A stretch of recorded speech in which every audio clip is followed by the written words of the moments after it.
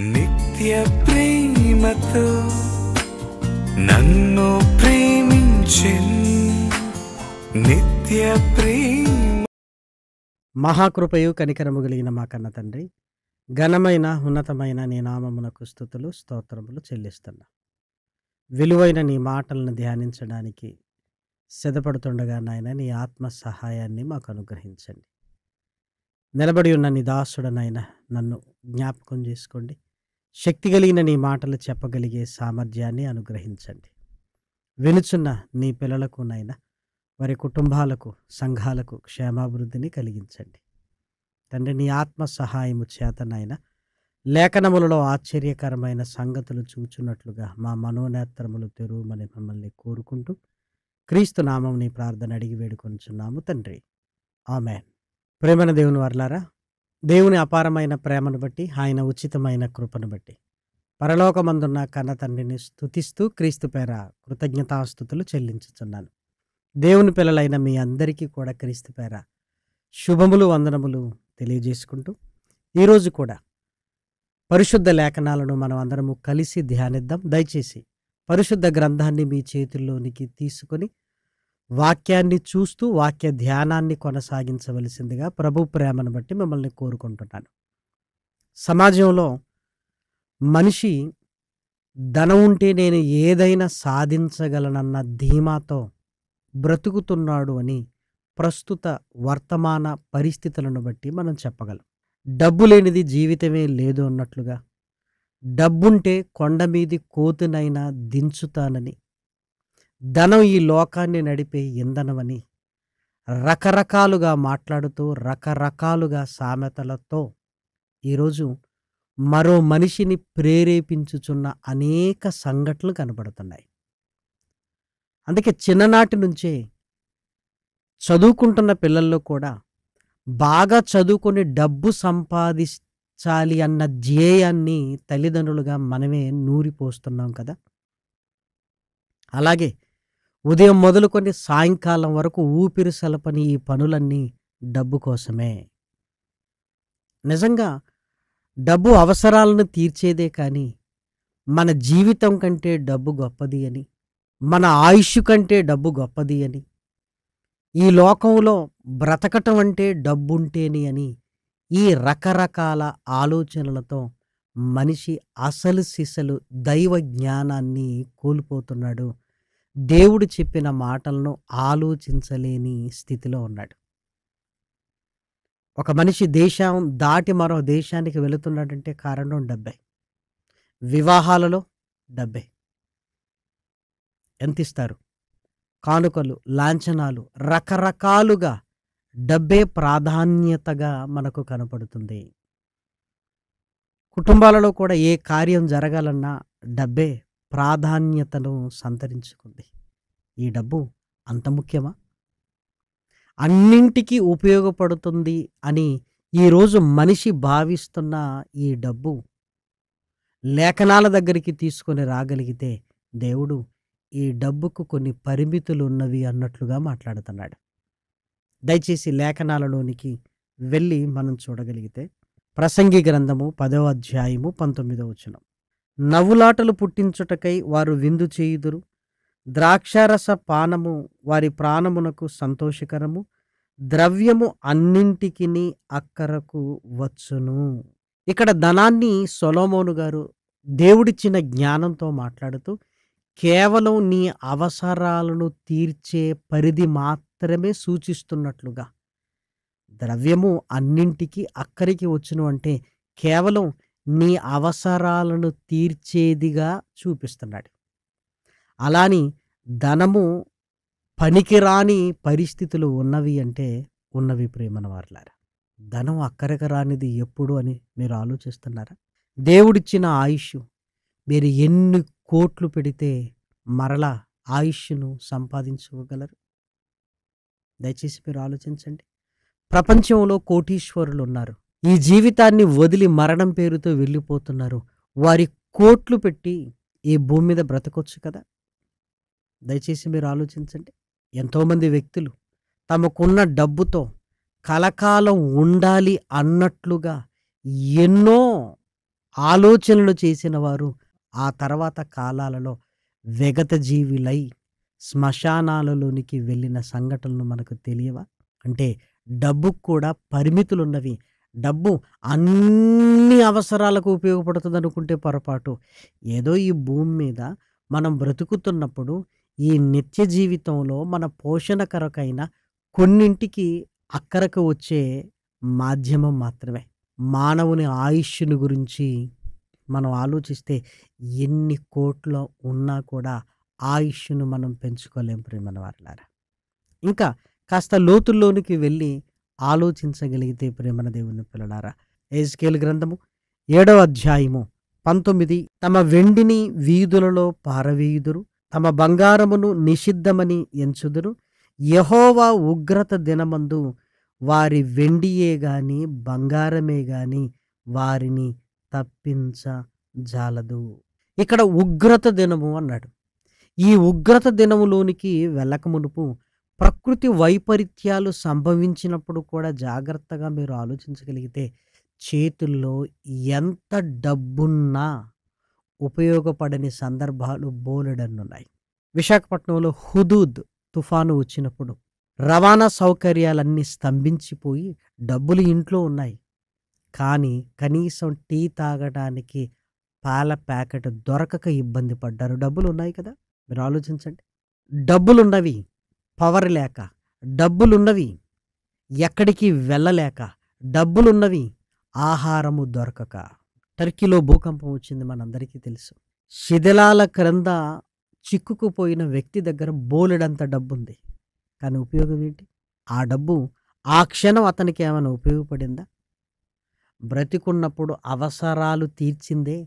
చావు బ్రతుకుల మధ్య ఎంత డబ్బున్నా నిరుపయోగం అన్నట్లుగానే ఆయన జీవితం ముగిసిపోయింది. ఇలాంటి సంఘటనలు మన జీవితంలో కూడా బోలెడన్ని ఉన్నాయి కదా. డబ్బులున్నాయి, మందులు కొనగలవు, ఆరోగ్యం సంగతి. డబ్బులున్నాయి, వస్తువులు కొనగలవు, కానీ హృదయంలో నెమ్మదిని మీరు ఆలోచించండి. డబ్బుతో కొనలేనివి, డబ్బు అక్కరకు రానివి ఎన్నో మన జీవితంలో ఉన్నట్లుగా ఇదిగో నెమ్మదిగా మనం అర్థం చేసుకోగలుగుతున్నాం. ఎహెజ్కేలు ప్రవక్త ఉగ్రత దినము అని చెబుతున్నాడు.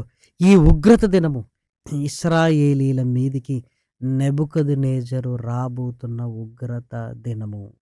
ఆ దినమున మీ వెండి కానీ మీ బంగారము కానీ ఎందుకు పనికిరాదు.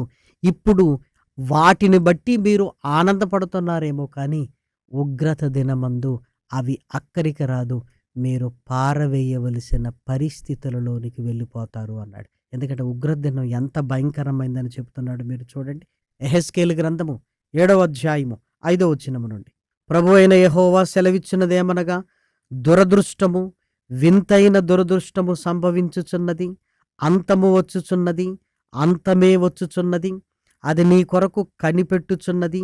ఇదిగో సమీపమాయను, దేశ నివాసులారా మీ మీదికి దుర్దినము వచ్చుచున్నది, సమయము వచ్చుచున్నది, దినదినము సమీపమాయను. ఉత్సవ ధ్వని కాదు, శ్రమ ధ్వనియే పర్వతముల మీద వినబడుచున్నది. ఎందుకు అంటే దేవుణ్ణి విడిచిపెట్టిన వారికి దేవుడు వారి ప్రవర్తన ఫలమును వారి మీదికి రప్పింపబోతున్నాడు. మీరు చేసిన దాన్ని మీరు అనుభవించబోతున్నారు. మిమ్మల్ని అనుభవించకుండా ఆ శ్రమ దినమున మీ వెండి మీ బంగారము మిమ్మల్ని కాపాడజాలదు. అదే చెబుతున్నాడు ఈ అధ్యాయంలో. ఆ ఉగ్రత దినమందు వారి వెండియే గాని వారి బంగారమే గాని వారిని తప్పించజాలదు అన్నాడు. దయచేసి మీరు ఆలోచించండి. రష్యా ఉక్రెయిన్ యుద్ధం, ఎన్ని వేల డబ్బున్నా ఆ యుద్ధంలో చిక్కుకున్న వారి పరిస్థితి, వారిని కాపాడుకునే పరిస్థితి లేదు. ప్రియమైన దేవుని పిల్లలారా, మీరు ఆలోచించండి.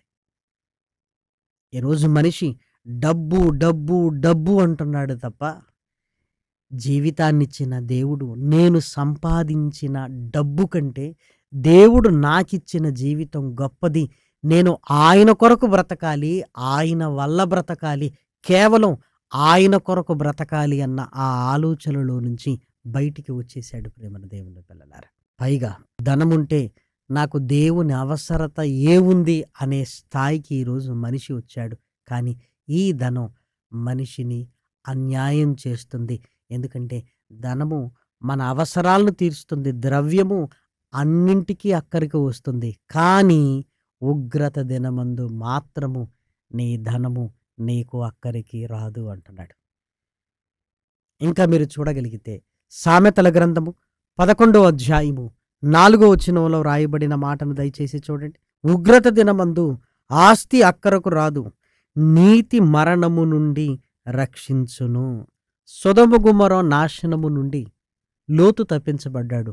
డబ్బు వల్ల, నీతి వల్ల ఆయన రక్షింపబడ్డాడు. ప్రేమన దేవుని పిల్లలారా, లోతు ఆ ఉగ్రతను అనగా ఆ అగ్నిగంధకములు కురుస్తున్నప్పుడు తన డబ్బును బట్టి కాదు సుమా, వారి డబ్బు, వారి బంగారము, వారి వెండి అంతా కాలిపోయింది.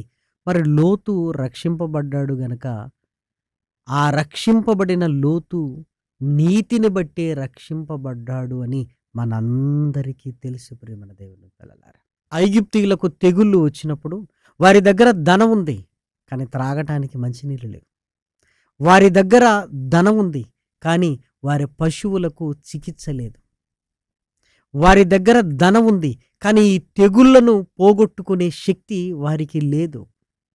ఎంత డబ్బున్నా ఉపయోగం ఏముంది చెప్పండి? కాబట్టి ప్రేమన దేవుని పిల్లలారా, డబ్బనగానే ఏదో సర్వస్వం అని భావిస్తున్న ఈరోజు సమాజానికి ఇదిగో ఉగ్రత దినమందు నువ్వు సంపాదించిన కోట్ల రూపాయలు ఎందుకు పనికి రానివిగా మిగిలిపోతాయని జ్ఞాపకం చేసుకోవాలి. నెబుకద్నెజరు ఇశ్రాయేలీల మీద దండెత్తి వచ్చినప్పుడే వారి వెండి, వారి బంగారం వారిని రక్షించలేకపోయినప్పుడు ఈరోజు మనం ఎవరి రాకడ కొరకు ఎదురు చూస్తున్నాం? బాప్తిస్మిచ్చి యోహాను గారు చెప్తున్నాడు, రాబోవు ఉగ్రతను తప్పించుకొనుటకు మీకు బుద్ధి చెప్పినవాడు ఎవడు అని. రాబోతున్న ఉగ్రత అంటే యేసుక్రీస్తు రెండవ రాకడలో ఉగ్రత. యేసుక్రీస్తు రెండవ రాకడలో ఏం జరగబోతుంది అని జాగ్రత్తగా మనం ఆలోచించగలిగితే, పంచభూతములు మిక్కుటమైన వేండ్రముతో లయమైపోవును, భూమి దాని మీదున్న కృత్యములన్నీ కాలిపోవును. పంచభూతాలు భూమి మీద ఉన్నవన్నీ కాలిపోతే అప్పుడు నువ్వు రక్షింపబడాలి అంటే నీ చేతిలో ఉంటున్న ధనము రక్షింపబడుతుందా? కాగితాలుగా కాలిపోతాయి. మన దగ్గరున్న వెండి, బంగారము లయమైపోవలసిందే. ప్రియమైన వారలారా, మరి నువ్వు కాపాడబడేది ఎలా? మీరు ఆలోచించండి. ఈ దేశంలో ఏమైనా ఇబ్బంది కలిగితే వెంటనే విదేశాలకు వెళ్ళి తలదాచుకొని హాయిగా బ్రతుకుతున్నారు ఈ లోకంలో. కానీ యేసుక్రీస్తు రెండవ రాకడలో భూమి, దాని మీదున్న కృత్యములన్నీ, ప్రపంచ దేశాల పరిస్థితి ఇలా అయితే నువ్వు ఎక్కడికి వెళ్ళి తలదాచుకోగలవు? నీ దగ్గర ఉంటున్న ఎంత డబ్బు నిన్ను కాపాడగలదు? ఒక్కసారి నువ్వు ఆలోచించు. యేసుక్రీస్తు రెండవ రాకడంటే మనం మాట్లాడుకున్నంత చిన్నది కాదు ప్రియమైన వారలారా. దానిని నువ్వు ఆలోచించగలిగితే అంతకంటే భయంకరమైన దినము మరొకటి లేదు. దాని గురించి లేఖనాలలో వ్రాయబడిన మాటను మీరు చూడగలిగితే, పేతురు గారు రాసిన 2వ పత్రిక 3వ అధ్యాయము 10వ వచనం, అయితే ప్రభు దినము దొంగ వచ్చినట్లు వచ్చును, ఆ దినమున ఆకాశములు మహాధ్వనితో గతించిపోవును, పంచభూతములు మిక్కుటమైన వేండ్రముతో లయమైపోవును, భూమియు దాని మీదనున్న కృత్యములను కాలిపోవును, కళ్ళ ముందున్నవన్నీ కాలిపోతుంది. మరి నీవు నేను రక్షింపబడాలంటే, నా దగ్గర కోట్ల రూపాయలు ఉన్నవి, నన్ను రక్షించు అంటే, ఈ ప్రకృతి వైపరీత్యాలు వచ్చినప్పుడే కొన్ని సందర్భాలలో ఈ కోట్ల రూపాయలు పనికిరానివిగా కనపడుతున్నాయి. యేసుక్రీస్తు రెండవ రాకడ ఆ ఉగ్రత దినమందు ఈ కోట్ల రూపాయలు, బంగారము, వెండి, వజ్ర వైడూర్యాలు నిన్ను రక్షించలేవు. మరి ఏది రక్షించగలదు? నీతి మరణము నుండి రక్షించును అని లేఖనాలు సెలవిస్తున్నాయి. ఏ నీతి? నీవు దేవుణ్ణి నమ్మి ఆయన కొరకు బ్రతికితే నువ్వు రక్షింపబడతావు. లోతు రక్షింపబడటానికి కారణం నీతి అని మనం అర్థం చేసుకోగలిగితే, మనము కూడా రక్షింపబడటానికి కారణం ఆ నీతే కలుగుతుంది. ఆ నీతే మనల్ని రక్షిస్తుంది. మరి ఆ నీతి మన హృదయములోనికి రావాలి అంటే, ఆ నీతి నీలో నాలో ఉండాలి అంటే ఏం చేయాలి? నీతిమంతుడైన యేసుక్రీస్తును స్వరక్షకునిగా అంగీకరించాలి. మన పాపముల నుంచి మనం విముక్తి పొంది నీతిమంతుడైన యేసుక్రీస్తు రక్తము ద్వారా కడగబడి ఈ నీతి కలిగిన వాక్యమును మనము జాగ్రత్తగా అభ్యసిస్తూ దేవుని కొరకు బ్రతకగలిగితే నిన్ను కాపాడగలిగేది నీతి మాత్రమే. ప్రేమన దేవుని పిల్లలారా, దయచేసి మీరు ఆలోచించండి. సమాజం గుడ్డిగా బ్రతుకుతుంది. ధనాన్ని చూడగానే ఇదే సర్వస్వం అనుకుంటున్న వారికి ఇదిగో ఉగ్రత దినమందు నీతి తప్ప నిన్ను రక్షించేది ఏదీ లేదు. మీరు దయచేసి ఆలోచించండి. ఏదో ఇల్లు కట్టుకోవడానికి, మన భోజనాలు, మన పోషణ నిమిత్తము ఉపయోగపడే ఈ డబ్బును తలకెక్కించుకొని ఇదే సర్వస్వం అనుకుంటే ఇదే మనల్ని సర్వనాశనము చేస్తుంది. ప్రేమన దేవుని పిల్లలారా, దయచేసి ఎంత మాత్రమును దేవునికి దూరంగా ఆలోచించటానికి వీలు లేనే లేదు. ప్రేమన వారలారా, నీతి మరణము నుండి రక్షిస్తుంది. ఇశ్రాయేలీలు నెబుకద్నెజరు రాజు వారి మీదికి వచ్చి చెరగొనిపోయాడు. మరలా ఎప్పుడొచ్చారు? వారి హృదయాలు దేవుని కొరకు పరితపించినప్పుడు 70 సంవత్సరాల తర్వాత వారి కన్నీటిని బట్టి, వారిలో ఉంటున్న నీతిని బట్టి, నీతిగా బ్రతకాలనుకుంటున్న విషయాన్ని బట్టి దేవుడు విడిపించాడు. కాబట్టి నెబుకద్నెజరు వచ్చినప్పుడే ఈ ఆస్తి అక్కరకు రాదు అన్నప్పుడు, యేసుక్రీస్తు వచ్చి పంచభూతాలన్నీ మిక్కుటమైన వేండ్రంతో లయమైపోయినప్పుడు, నీ దగ్గర డబ్బు, నా దగ్గర డబ్బు, ఈ ప్రపంచంలో ఉన్న డబ్బు ఒక దగ్గర పెట్టినా కూడా మనము రక్షణ పొందలేము. ప్రేమన దేవుని పిల్లలారా, ఇప్పుడు ఆ రక్షణ ఉచితముగా ఉంది. యేసుక్రీస్తు మన కొరకు మరణించి తిరిగి లేచాడు. నీవు కూడా మరణించి తిరిగి లేవగలిగే స్థితిని నీకు నాకు అనుగ్రహించగలిగే సమర్థుడాయన. కాబట్టి దయచేసి ఆలోచించండి. లేఖనాలను వింటున్నప్పుడు వాస్తవాలను ఆలోచించి లేఖనాలను చూడగలిగితే ఎప్పుడు లోక జ్ఞానము కంటే దైవ జ్ఞానం గొప్పగా ఉంటుంది. ప్రేమన దేవుని పిల్లలారా, పరిశుద్ధ గ్రంథంలో ఆకాను డబ్బును ప్రేమించాడు, కానీ చివరికి ఏం జరిగింది? అదే డబ్బును బట్టి ప్రాణాలు కోల్పోవలసి వచ్చింది. గెహజీ డబ్బును ఆశించాడు, ఏం జరిగింది? అదే డబ్బును బట్టి ఇదిగో కుష్ఠరోగము తన సంతతికి వ్యాపించింది కదా. ఇలా ఎంతమంది చరిత్రలను చెప్పాలి. లోకంలో కూడా ఇదే డబ్బును ప్రేమించి శాశ్వతంగా ఈ లోకాన్ని విడిచిపెట్టిన వారు బోళ్ళంతమంది ఉన్నారు. రాజులు పోయారు, వాళ్ళ కోటలు రాళ్ళు మిగిలాయి. ప్రేమన దేవుని పిల్లలారా, ధనవంతులు కనబడ్డారు ఆడంబరాలతో. ఆ తర్వాత కాలాలలో వారి ఊసు లేకుండా ఈ చరిత్ర వారిని మరిచిపోయింది. కాబట్టి దయచేసి ఆలోచించండి. నీతి మరణము నుంచి రక్షిస్తుంది అని లేఖనాలు సెలవిస్తున్నప్పుడు ఆ నీతిగా బ్రతకడానికి ప్రయత్నం చేయాలి. ఆ నీతిమంతుని స్వరక్షకునిగా అంగీకరించడానికి ప్రయత్నం చేయాలి. నువ్వు దేవుని కొరకు బ్రతుకుతున్నప్పుడు అయ్యో నా దగ్గర డబ్బు లేదు, నా దగ్గర ఇల్లు లేదు అని నువ్వు బాధపడవలసిన అవసరత లేదు. సమస్తమును ధారాళముగా ఇవ్వగలిగిన దేవుడున్నాడు. ఎందుకంటే దేవుడు ఎంత ఈ భూమి మీద ఇచ్చినా చావుతో అన్నీ వదిలిపెట్టి వెళ్ళిపోవాలి. అందుకే ఆయన ఏమిస్తున్నాడో తెలుసా? పరలోకపు సింహాసనాన్ని నీకు నాకు ఇస్తానన్నాడు. నా తండ్రి ఇంట అనేక నివాసములు కలవు, లేని ఎడల మీతో చెప్పుదును. ఆయన మరలా రానున్నాడు. వచ్చిన ఆయన మరలా మనల్ని తిరిగి లేపి పరలోకానికి తీసుకుని వెళ్ళనున్నాడు. ప్రేమన దేవుని పిల్లలారా, అందరినీ కాదు సుమా, నీతిని బట్టి నువ్వు నీతిగా బ్రతికితే నిత్య జీవములోనికి ఆయన తీసుకుని వెళతాడు. నిత్య జీవము ఎంత డబ్బుతో కొనగలవు? డబ్బుంటే విదేశాలకు వెళ్ళగలవు, కానీ నీతి ఉంటే నిత్య జీవములోనికి వెళ్ళగలవు. నీతి ఈ లోకము నుంచి ఇంకొక లోకానికి నిన్ను తీసుకుని వెళ్ళగలిగే సామర్థ్యం. నీతి చనిపోయిన నిన్ను తిరిగి లేపగలిగే గొప్పది ప్రేమన దేవుని పిల్లలారా. కాబట్టి దయచేసి మీరు ఆలోచించండి. ధనాన్ని ప్రేమించి దాని కొరకు ప్రయాసపడుతున్నవారు చివరికి అన్నీ పోగొట్టుకుని వెళ్ళిపోతారు ప్రేమన వారులారా. కాబట్టి సొలొమోను గారు మాట్లాడుతున్నాడు, ఉగ్రత దినమందు ఆస్తి అక్కరికి రాదు, నీతి మరణము నుండి రక్షించును అన్నాడు. ఆ నీతి నీ జీవితంలో ఉందా? ఆ నీతిమంతుని రాక కోసం నువ్వు ఎదురు చూస్తున్నావా? ఆ నీతిమంతుని స్వరక్షకునిగా నువ్వు అంగీకరించావా? డబ్బు డబ్బు అని కుదరని జబ్బులు వచ్చిన తర్వాత ఎంత డబ్బున్నా ఉపయోగం ఏముంది చెప్పండి? డాక్టర్ల దగ్గరికి వెళ్ళి చాలామంది మాట్లాడుతున్నారు కదా, ఎంత డబ్బైనా పర్వాలేదు అంటున్నారు. కానీ ఏం లాభం? కాబట్టి ప్రేమన దేవుని పిల్లలారా, పోయే ప్రాణం, ముగిసిపోయే జీవితం. కాబట్టి ఏదో డబ్బును బట్టి ఆనందిస్తున్నావు అంటే ఏదో ఒకరోజు శాశ్వతమైన దుఃఖములోనికి నువ్వు వెళ్ళాలి.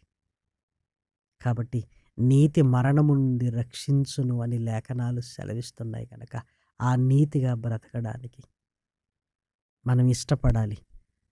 ధనం కంటే దేవుడిచ్చిన వాక్యాన్ని, ఈ నీతిని ఎక్కువగా మనం ప్రేమించాలి. కాబట్టి దయచేసి మీరు ఆలోచించండి.